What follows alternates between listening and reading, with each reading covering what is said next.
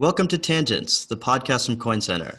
Today, I'm joined by Sarah McLaughlin, the Director of Targeted Advocacy at FIRE, an organization dedicated to free speech on college campuses. Sarah is also focused on issues like international free speech, particularly relating to dissidents and blasphemy. And thank you for joining me today, Sarah. Thanks for having me. So I found you on Twitter. We found each other because I think we both share a lot of the same type of news, just issues relating to people being censored in various contexts. I think we're both very interested in laws that are meant to, say, punish terrorism being expanded in their scope to include, say, a journalist or something like that, saying that perhaps they're inciting terrorism. So I just thought that would be great to have you on and get your take on all this stuff. So yeah, thanks. So let's just start with, what is FIRE? Could you tell me about that? Sure. So it's the Foundation for Individual Rights in Education. So we focus generally on campus free speech issues in the United States, where public universities are required to abide by the First Amendment, and a lot of private universities promise to protect free speech, but both of them often are found violating either their legal or moral obligations to free speech. So we defend the rights of students and faculty when they've been censored, or, if they're kicked out of school for a tweet, if a professor is told they're not allowed to teach a controversial subject, things like that. And when did your organization start? I know you've been working on this for a long time now, almost 5 years, right? Yeah, so FIRE was founded in 1999, so we actually just had our 20th anniversary last year. Turned 21 this year, I guess. Yeah, I've been at FIRE full-time for actually 6 years this month. But I started there actually as an undergrad intern back in 2012, which feels like a long time ago. Yeah, that's actually about how long I've been at this job, which feels ancient. So I first heard about FIRE, I think probably along with what everyone else first heard about FIRE, was that one, I guess it was there was a year or so where there was a lot of controversy on campuses relating to speakers. Yeah. And I'm sure that's an affiliation that is very convoluted and complex. But I noticed that your work of late is kind of much more focused on specific acts of censorship. Could you tell me kind of what have you been up to recently? Sure. So I can tell you just about, what FIRE has been up to generally. We've had our busiest summer ever. Usually summer is kind of our quiet time because students are mostly off campus. But just because of, everything going on between COVID-19, and protests, it's been really busy. So we've had a lot of cases come in this summer. Over the past year or so, I've spent a lot of time focusing on the relationship between U.S. universities and the rest of the world. I've been writing a lot primarily about China and Hong Kong and how that affects academic freedom in the United States, because I don't think people realize that because universities are so global in nature at this point, that what happens in one country can have a pretty deep impact on free speech and academic freedom in countries elsewhere. So what are some examples of things that have caught your eye that you're concerned about? Sure. So this summer, I've been really heavily focusing on how universities going online because of coronavirus. And students, who might be international students who come to the United States but might be taking classes at home, how that might have an impact on free speech and academic freedom at U.S. universities, because we have, hundreds of thousands of students who come from China to study in the United States in higher education, and a lot of them are going to be studying from home this semester. And they're going to be behind China's Great Firewall. So it becomes a question for U.S. universities, what are they going to do for classes, history, science, politics that cover topics that might not be, accessible in China or legally discussed in China? How are they going to navigate that really complicated, difficult issue of, what can they teach? How can they teach it? How can they protect students? So I've been writing about this for a few months now, and it's starting to get some steam. I think it was in Wall Street Journal a few weeks ago. There was an article about faculty from Princeton, Amherst, other schools, and how they were kind of navigating their students' rights, specifically in relation to Hong Kong's national security law. And so how some of them are offering anonymity to students, or they're giving them warnings on the syllabus saying, this class is going to cover material that might not be legal in other countries, enter at your own risk. So that's primarily what I've been spending my time on. Do you think that the easier course of option, maybe not the ethical course or the moral course, is for a college to just drop the controversial material from a course? And if so, is that being done? So I think that would be kind of the worst case scenario, Yeah. at least from the perspective of academic freedom and free expression. I have not seen that happen that I know of. There might be things happening that I'm not aware of, but I think this is more of a faculty-led initiative. It's actually pretty interesting, and I'm glad you asked it because I have really not seen universities acknowledge this at all. They've been kind of completely silent on it, which is frustrating because I think they need to give a lot of information, to students and faculty about, what data can governments request about online classes, what kind of protections do online services like Zoom or like Blackboard or whatever universities are using, what do they offer to protect people in meetings from government requests, things like that. But yeah, universities have been pretty much silent on it. Faculty, I think, are making a pretty serious effort to do everything they can to not change class material. And I don't think I've seen any faculty members saying, I'm willing to change class material, which is good. I think that's, as I said, probably the worst case scenario if they're removing material. It might just be that some students can't access some materials, but since universities haven't really been explaining what's going to happen, I don't know. We're going to find out. Yeah, that seems like a theme this summer. Universities not explaining. So you mentioned Zoom and Blackboard and companies like that have become sort of essential infrastructure for things like online classes, what protections they do or do not offer. Something that I'm interested in is these companies are sort of required to be compliant in their local areas wherever they offer services. And sometimes being compliant with the law can be complying with a law that maybe doesn't meet our ethical standard here. Yeah. And so have you been seeing a lot of that discussion? Is that something you're tracking? Just the various, how these companies are managing their compliance obligations for things like material, harmful material, we'll call it.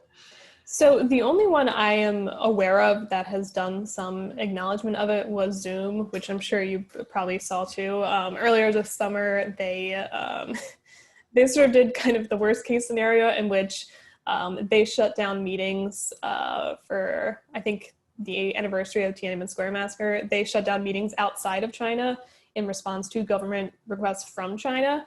So that's, kind of like, I think from the free speech and internet freedom angle, that's kind of like the worst case scenario for companies to remove services from people outside of China based on what China wants. They got a lot of flack from that, or for that rightfully. And so they, I believe their plan in response to that was to change it so that they could remove people based on location. So, and I assume this will apply to higher education too, since Zoom is used by so many colleges. But their plan, after that debacle was that, if China wants people removed for violating the law, they'll only remove users based in China. I assume that will apply to online classrooms as well that are hosted on Zoom. But again, there hasn't really been a lot of discussion either from Zoom or from universities about how it's going to go. But from Zoom's public statements, I can only assume that's how it will apply to online classrooms.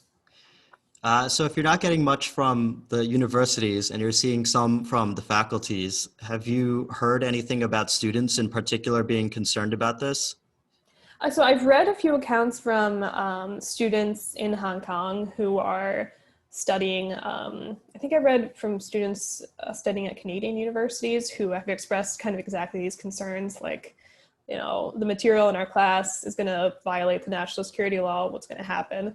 Overall, I haven't really heard too much from them, but that might be part of it because it's probably not very easy or safe for Chinese students to say, to be writing about this. I'm going to keep on the lookout, but I think it's part of a broader issue in Hong Kong, which is why we're hearing from it there, because they're concerned not just about international students studying elsewhere, but just about academic freedom within Hong Kong as a whole. So I guess, so you mentioned China. Are there other kind of international free speech issues on campus that I should be aware of, or is China sort of the big one? I think China's probably the most major one. I think they get a lot of attention for it because they've been making so many moves to expand their power on it. But there are a lot of other countries with very severe speech and internet restrictions. So there's a chance students, in Iran or in Pakistan or something are going to run into these issues themselves. I think it's probably somewhat less likely, but we're just going to have to wait and see what happens. But there are a lot of students who are going to have to be aware of the local laws in their country and whether it's safe for them to fully participate in online classes. Yeah, well, I look forward to reading your writing on that because you're definitely the best resource for this type of thing. Thanks. You're also, so you're focused on kind of dissidents, and also kind of a wild card for me is blasphemy. Didn't occur to me that blasphemy is really still a major problem in the world until I actually read your writing about it, which turned me onto it. So what is going on there? Yeah, so I think I've been following it for, I don't know, maybe 5-6 years or so now. I think that's kind of why I started following it. I think I was just reading about people still being sentenced to death for blasphemy, and I was like, wait a second, how is this possible? How can people still be, dying for blasphemy? It's primarily, it's an issue in a lot of parts of the world, and a lot of countries have, de facto blasphemy laws. Like, they're kind of put under the offending religious feelings laws. They're still blasphemy laws, still about saying something offensive about faith. But Pakistan is still kind of the standout, just in both the number of people who are punished there, the way that the law is used to target, people use it just to target others for like petty disputes. And also the amount of mob violence that occurs in relation to blasphemy accusations. Like just weeks ago, a man was murdered in court because he was accused of blasphemy. So it's a really severe problem. And I think it's kind of one that doesn't get very much attention internationally when people are talking about free speech issues. It's kind of, I think, still flying under the radar, but it shouldn't be, because it's, a lot of people are still being sentenced to death. It's outrageous. Do you know how these people are identified for their blasphemy? Like, are they being reported? Like, let's say they are overheard and they're just being reported. Is that how it works? Yeah. So I think a good amount of it is from social media posts. Somebody will post something about, I don't know, whatever their religious opinions are. Somebody won't like it, they'll report it to police. A lot of times it would just be someone saying, hey, my neighbor just said something blasphemous. You need to go arrest them. They get arrested. Sometimes the mobs kill them. Yeah, so I think it's a combination of people being reported online and people being reported to police by their associates. I'm curious what the online reporting looks like from or like how it looks within Facebook. I'm sure it's not as simple as like a report this post goes to immediately to the police. Like, I doubt there's a blasphemy option. But I wonder how complicit, I guess, Facebook is in maybe identifying an anonymous blasphemer or something like that.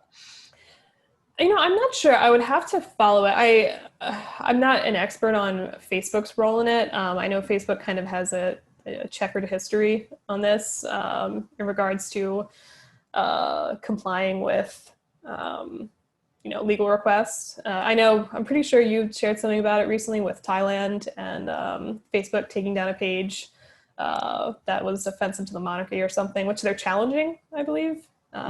So they there's a Facebook group with something like 1 million users that criticize the Thai monarchy, and it is illegal to do that in Thailand. So Facebook, I deleted the group, or actually blocked access in Thailand to the group. And the reason that Facebook complied was because Thailand levied a fee or a fine of $6,300 a day, I believe. And so Facebook said, well, we're not going to pay that. So they took down the post, and then they said, we're going to fight it because this is opposed to our values and so on. But I guess it wasn't that opposed to their values like that. Like there's a dollar cost on it. So that's one example of a way that Facebook can be made to comply with local laws. Another is from Vietnam. They actually, rather than imposing fines, the Vietnamese government used their control over the internet's choke points to just straight up block access to Facebook. Well, actually, they throttled the bandwidth to Facebook. So Facebook immediately loses all their page views and so on. And Facebook, of course, they don't have to. They decided to comply with the government's request to unmask dissidents so that they could continue accessing the market. So that actually is an area that I'm specifically very interested in, is how governments, even though the internet is this free-flowing and it's sort of seen as this global shared resource that's sort of uncensorable and so on, it's actually pretty easy for governments to use their control of physical infrastructure or the law like fines to force compliance. Have you been following in Turkey? I think they're passing new laws there, right, about social media. There's laws like that everywhere. So I've vaguely remember the Turkey thing. And sometimes it all blends together in my head because there's so many. Yeah, I focus a lot on Turkey just because I think Turkey's president is just a ridiculous person. But yeah, I think he is pressing for new restrictions on social media in addition to whatever restrictions they already have, because people were making fun of his family online. He was like, no, this isn't allowable. I'm sure that falls under inciting terror or something. Yeah. The Philippines is they love that. That's where I've been looking a lot, is the Philippines and Vietnam. Those are two of interest to me.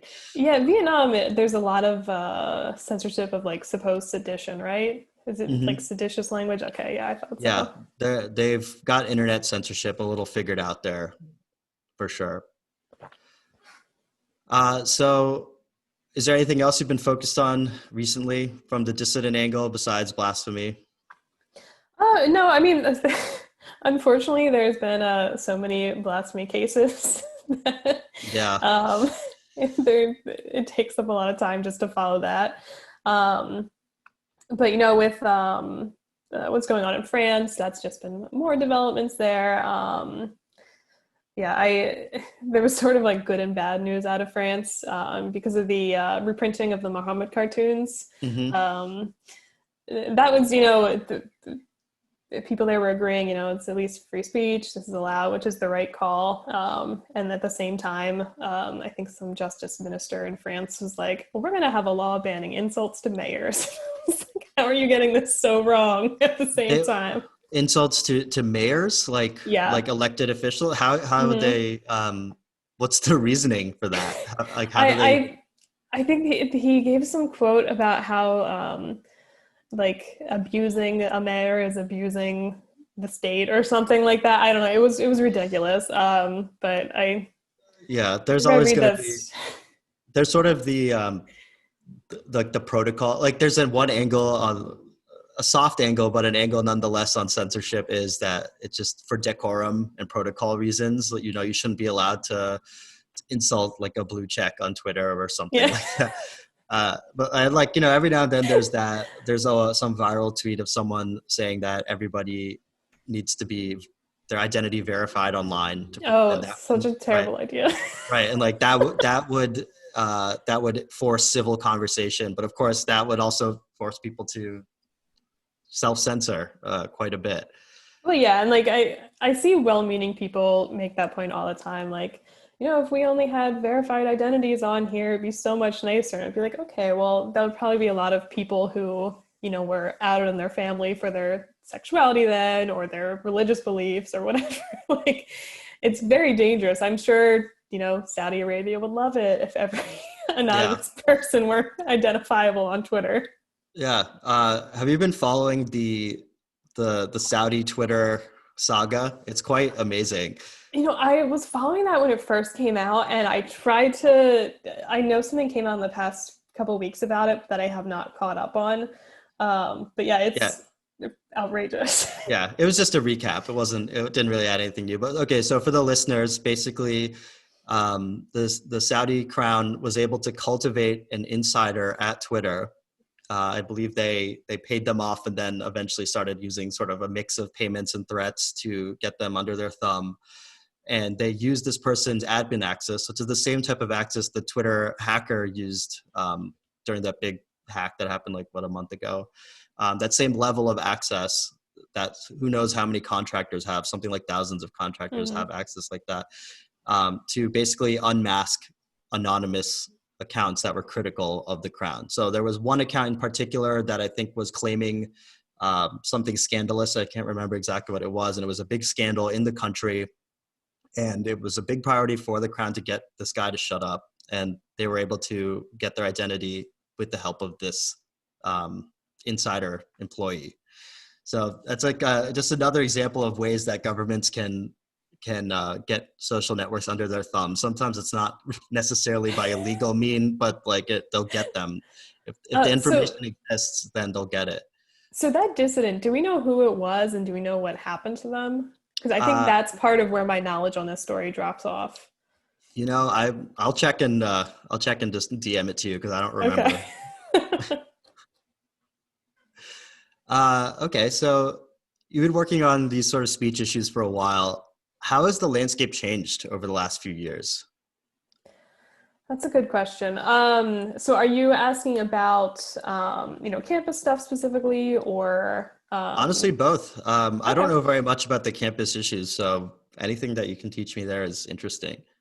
Sure. So with the campus free speech has gotten a lot of media attention the past few years, especially. I think it's becoming an increasingly well-known issue. It's funny, like when I started at FIRE, not everybody knew about campus free speech as an issue that people worked on. And now if I tell people I work on campus free speech, they're like, oh, I know all about that. So it's become like a much more publicized issue. But there are a lot of, I think, misconceptions about it. People have preconceived notions that it's only certain types of speech that are censored, or only certain types of people who want to do the censoring. And so where I work, we're completely nonpartisan. So we'll defend any speech as long as it's protected speech. So, we're not going to defend true threats or something, but Right. if it's, the First Amendment protects it, we'll defend the right to engage in it. And, we have taken all types of cases on, students who are protesting against Israel or for Israel, students who are doing liberal protests, conservative protests. I mean, it's all kinds of cases. So I think people would be kind of surprised if they, looked at how broad the issue is and how many types of speech. Because it's not just, it's not one kind of speech that's going to get in trouble. It's pretty much anything that might bring a university unwanted attention, whether it's, a conservative student protest or a leftist professor's tweet. Anything that might bring a university, which is a business, unwanted attention, they're not going to like, probably. That actually touches on a question that I've been wanting to ask you this whole time, I guess, is something that I struggle with is the fact that free speech has become a kind of a loaded term, at least in Yeah. America. And it means something different here maybe than in when we're talking about, say, Vietnam or Thailand or something like that, where there's sort of like a more direct government threat to free speech. So how do you navigate that? So it's, I agree. It has become increasingly polarized. It's hard. It can be really hard for people to have discussions about free speech because they come into it with a very specific set of ideas about what someone means when they say free speech. For me, I think the easiest way to kind of get someone on the side of free speech is to say, think of the politician you like least in the world, who you think has the worst ideas, the worst person. Now imagine them deciding what you're allowed to say. You probably don't want that to happen. So that's, I think, kind of like a good foot in the door argument for free speech. Like it's very hard for people to, I think it might be counterintuitive to see why we should, allow people to say things that are wrong, offensive, bigoted, what have you. But it's a lot easier to look at it in terms of, who gets to decide, who has the authority, what kind of judgment do they have, than it is to say, or to like look at examples of horrible things people say. It's easier to say, you might not like what someone does with the power to censor. Yeah, so I agree completely. And the reason that that question is of interest to me is because over here in Bitcoin land, where I live,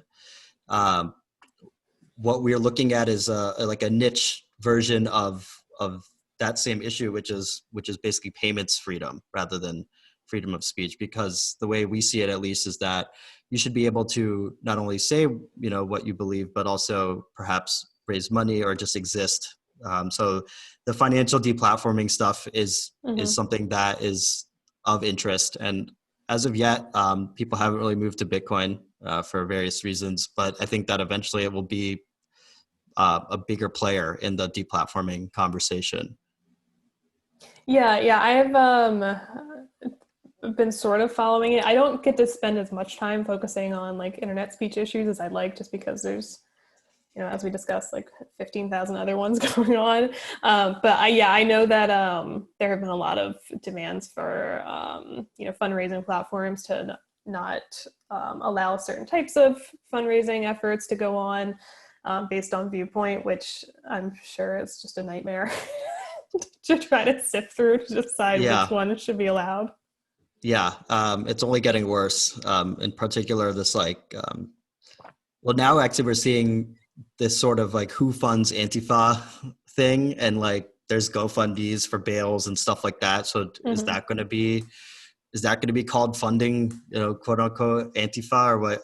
So just, I think we're about to walk into a kind of an even bigger mess when it comes to who's kind of paying who online. So it's just one mess after another.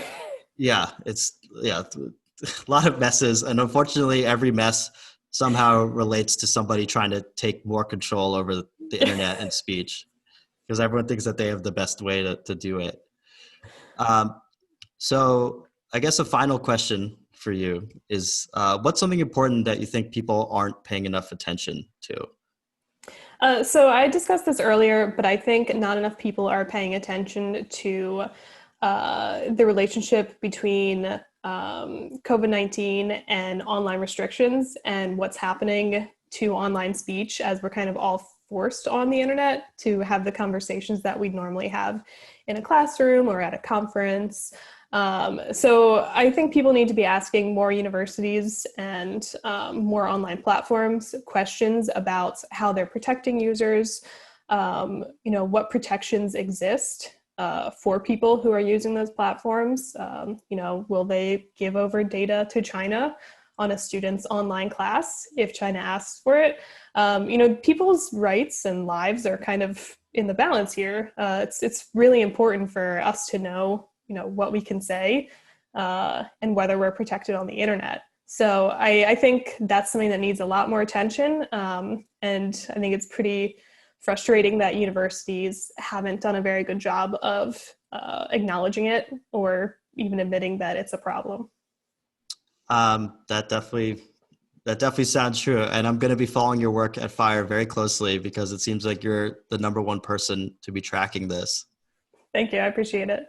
All right. Well, thank you so much for joining me, Sarah. Thanks for having me on.